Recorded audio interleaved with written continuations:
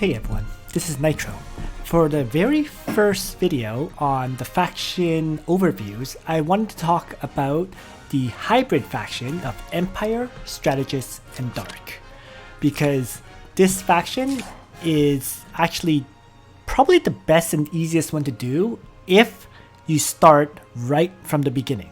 Okay, so let's begin by talking about the core characters, I suppose. And the core characters you want is really, you want Bernhardt, you want Alte Muller, you want Leon. Okay, for your tank, ideally you get Vargas, and then for healers, the ideal healers for you are actually off faction healers. You want Luna and Tiaris as your healers. Imelda can work as a healer for you, but the problem is she's not a dedicated healer in truth. She can, for her passive regrowth, will allow you to heal characters for a certain amount, and she does have regenerate, but her only heal skill other than that is mass heal, so it is a bit awkward to use Imelda as your primary healer. Other than that, for your mages, who you will use, well, the free character, Bozel, and then to support Bozel, you'll have Lena. And those will be really the 7 characters that you build up. So, let's talk about how you would draw on the banners to get these characters. And to talk about that, I'm actually going to bring up the banner order guide. So just give me a moment to bring that up. Alright, so here we are.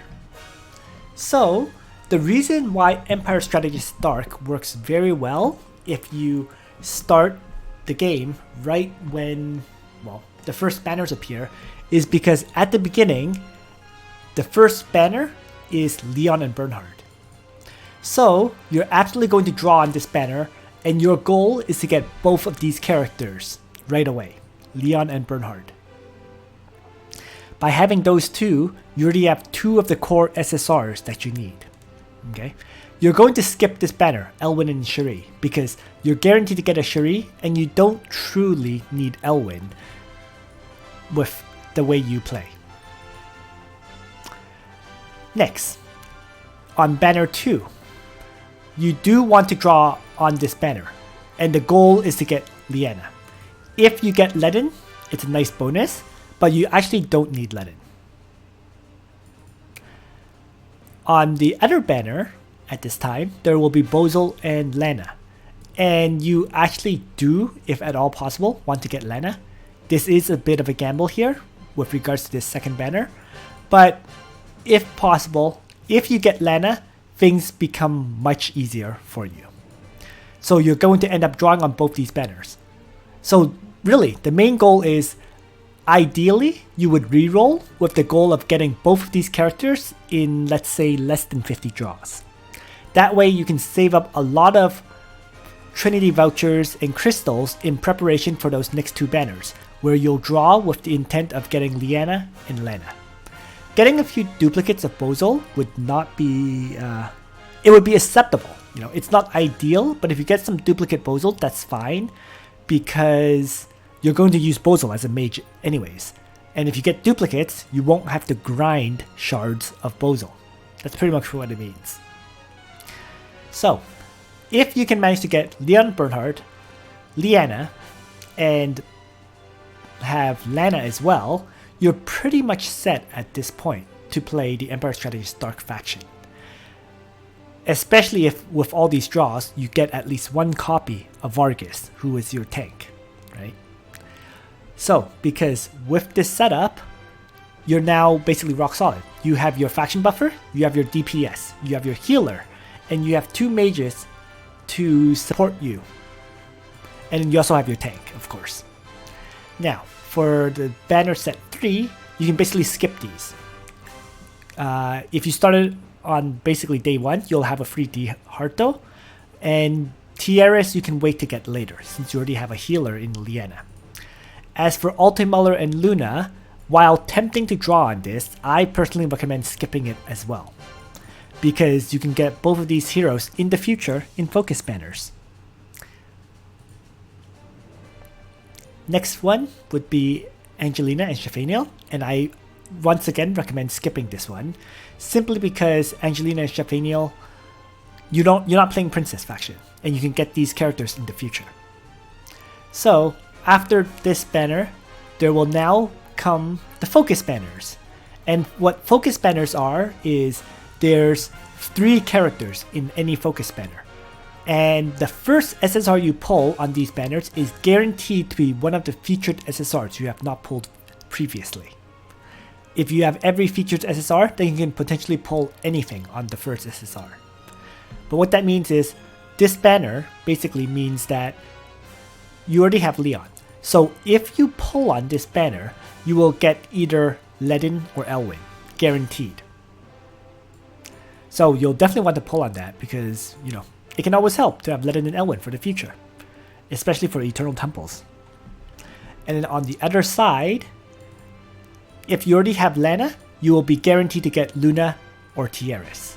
This works out very well because Luna is a strategist character. She can be used in your party in the future. As for Tiaris, Tiaris being the other best healer in the game, getting her would be great too. In addition to this banner though, if you go all the way down to the banner 9, you can see it's Dieharte, Tiaris, and Luna. So given that you started in the first week and you have a guaranteed Dieharte, you're going to get, and you've already gotten either Luna or Tiaris on this banner, you're going to get the opposite character in banner 9. Which is, if you've gotten Luna here, you're going to get Tiaris here. If you've gotten Tiaris here, you're going to get Luna here. So it just synergizes very, very well in getting the characters that you need. Now, going back, right, on banner 7, you will have Bozel for free.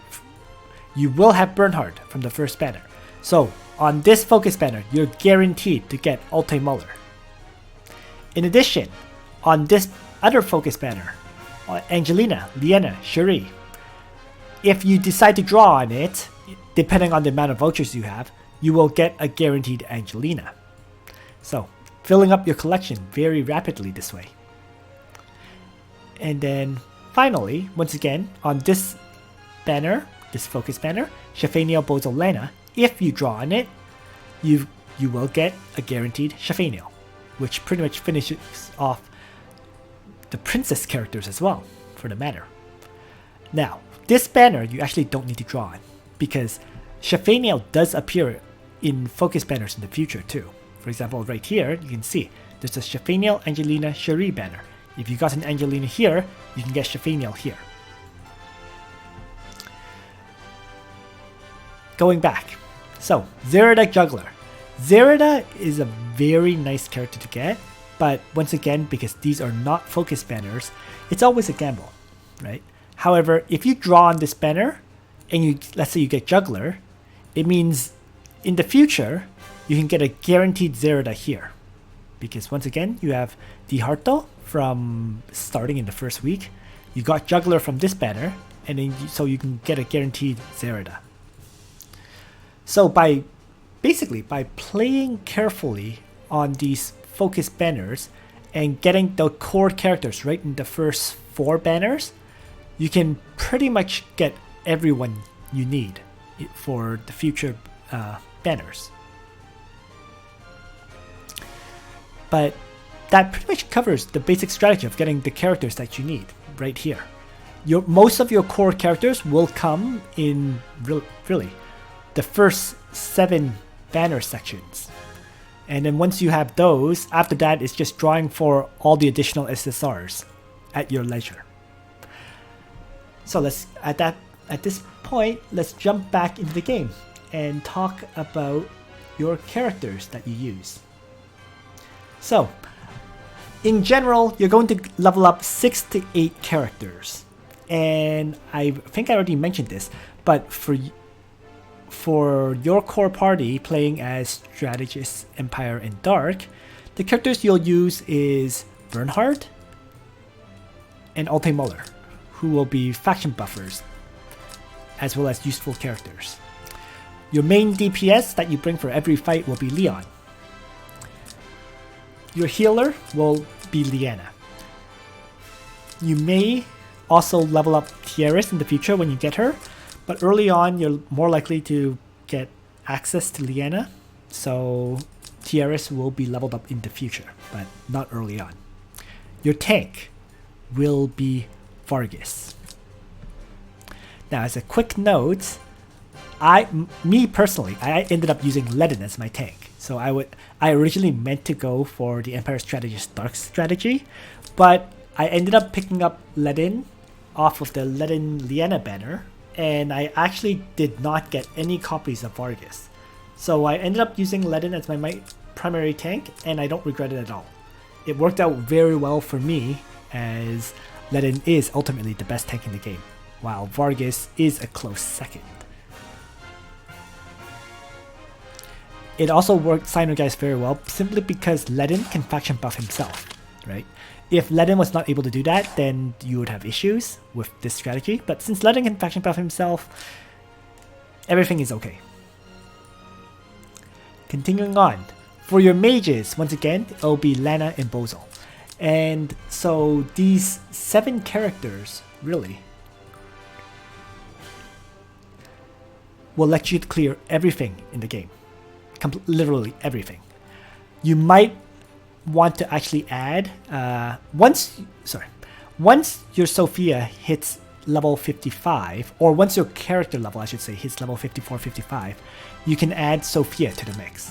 Because Sophia, in order to use her, you absolutely need the rewind, and unlocking regenerate will make her much more usable. But rewind is the bare minimum to use her, which I believe actually comes from level 35, now that I think about it. I think it's 35, 40, 45, 50. So, okay, so let me take that back. Once you can bring Liana up to level 45, that's when you would want to level her up to make her another usable character. Before that, she won't be very useful because she won't have access to rewind or regenerate. So, with all that mentioned, let's quickly talk about the parties that you would use for each dragon fight, because the dragon fights would be the most difficult fights in the early stages of the game. So, Fire Dragon. Fire Dragon is actually quite easy for you. You would bring Vargas, you would bring your tank, of course, you would bring Liana, your healer, you would bring Leon as your main damage dealer. Your last 2 slots is entirely and completely up to you. You know, bring whoever you feel like. That's really it. Fire Dragon is not too difficult on the whole, as long as you have your healer, your tank, and your DPS, Leon. Next, let's talk about Ice Dragon. And Ice Dragon is also fairly simple. You just bring Lana and Bozel, who will be your main damage dealers against the Ice Dragon. You're going to bring Leon, and the only reason to bring Leon, to be honest, is because he can help you clear the path to the Ice Dragon faster. You'll probably bring a tank for the exact same reason. Just to, as you march forward, a tank may make the battle easier, but the tank is actually optional for the Ice Dragon. You're definitely going to bring a healer though. So 1, 2, 3, 4, those 4 are guaranteed. Your 5th character slot, it's kind of up to you. It can be a tank, it can be, let's say, another healer like Almeda or Sophia, or it can bring, like, the last slot is very optional, let's put it that way. Continuing on, Thunder Dragon.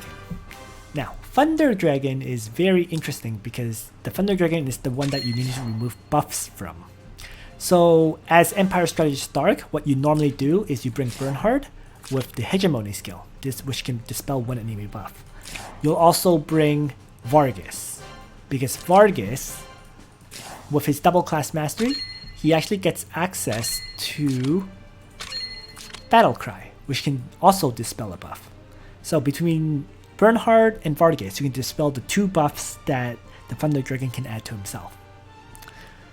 You'll probably also bring Power Stab and maybe bring Unbreak.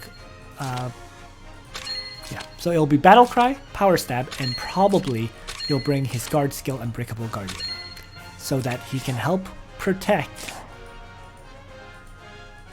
Leon. Although, to be fair, Leon is kind of optional here. So, it'll be Vargas, Bernhardt, Leon. These are the 3 core damage dealers. You'll definitely bring Liana. And then your last slot is once again optional. You know, second healer would be pretty nice, in my opinion, which would be either Sophia or Almeda, depending on who you have leveled up.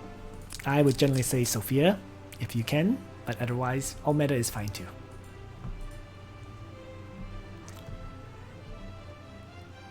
Continuing on. So then the last dragon that I haven't talked about is the Dark Dragon. And for the Dark Dragon, which is vulnerable to cavalry and flyers, it's fairly simple. Once again, you bring Leon as your cavalry attacker. You're definitely going to bring Alte Muller, because Alte Muller can be in a flyer class. So he'll be your flyer. As for your other slots, generally speaking, I would say a tank, Vargas, will always be useful for your first clear.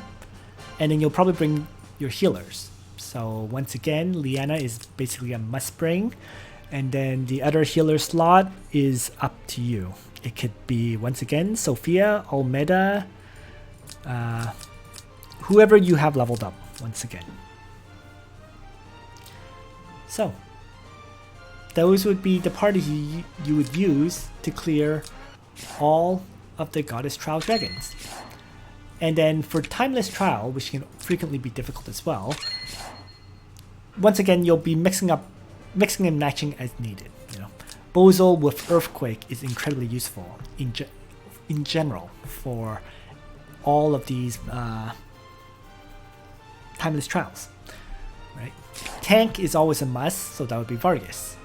Healer to keep the tank healthy is always nice to have, so that would be Liana, especially with Active Gain, to allow Leon to keep attacking. You may bring Sophia, because Sophia has the Regenerate, allowing your tank to heal up between battles. And Rewind will allow you to rewind your other characters so that Liana can use Active Gain again. Leon can use his, Chivalry and Assault combo yet again. So that would generally be the most common party, right? Vargas as your tank, Leon as your melee DPS, Liana for Active Gain and healing, Bozel to debuff the enemies, and finally Sophia for her rewind. And that would be a great Timeless Trial party in general. In fact, I use pretty much the exact same thing, except my tank is Ledin instead of Vargas. And that really just covers everyone that you need for the Empire Strategist Dark strategy. You'll just be using these characters until probably you get access to the Eternal Temples, where you will start having to diversify at this point, because in Eternal Temple, recommended faction characters get plus 40% stats. However, so with these battles, the Monday and Thursday one, the Valkyrie, is already Empire's Honor, which works fine for you. The Sunday battle is actually Strategic Masters, so you're covered there as well. So Monday, Thursday, and Sunday are basically covered. Then you just have to worry about the Tuesday and Friday Leviar, but that is actually Dark Reincarnation. So you have Bozel and you have Lana, so you're pretty much fine for Leviar as well. And then the only one that you would have to worry about would be Scylla, which is Meteor Strike and Legion of Glory. However, I actually have a video of using the Empire Strategist Dark faction party to clear that battle. The only thing about that is your Alte Muller absolutely needs last rites in order for him to survive and tank the hits from Scylla. But if you have that, the level 65 Eternal Temple can be cleared, which actually means you can play this Empire Strategist Dark party and clear all the Eternal Temples, and you won't have to build up any other characters. Alright, so that basically covers everything I wanted to say about playing Empire Strategist Dark and how to get the core characters that you need to do so. Thanks for watching, everyone. I hope you found this information useful, and on that note, Nitro out.